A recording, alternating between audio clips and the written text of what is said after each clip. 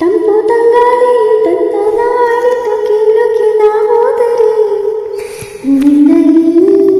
ಸರಿಗಮ ಕೇಳಿತು ಸಮ ಸಮ ಹಂಚಿತು ಜುಜುಳು ನೀರು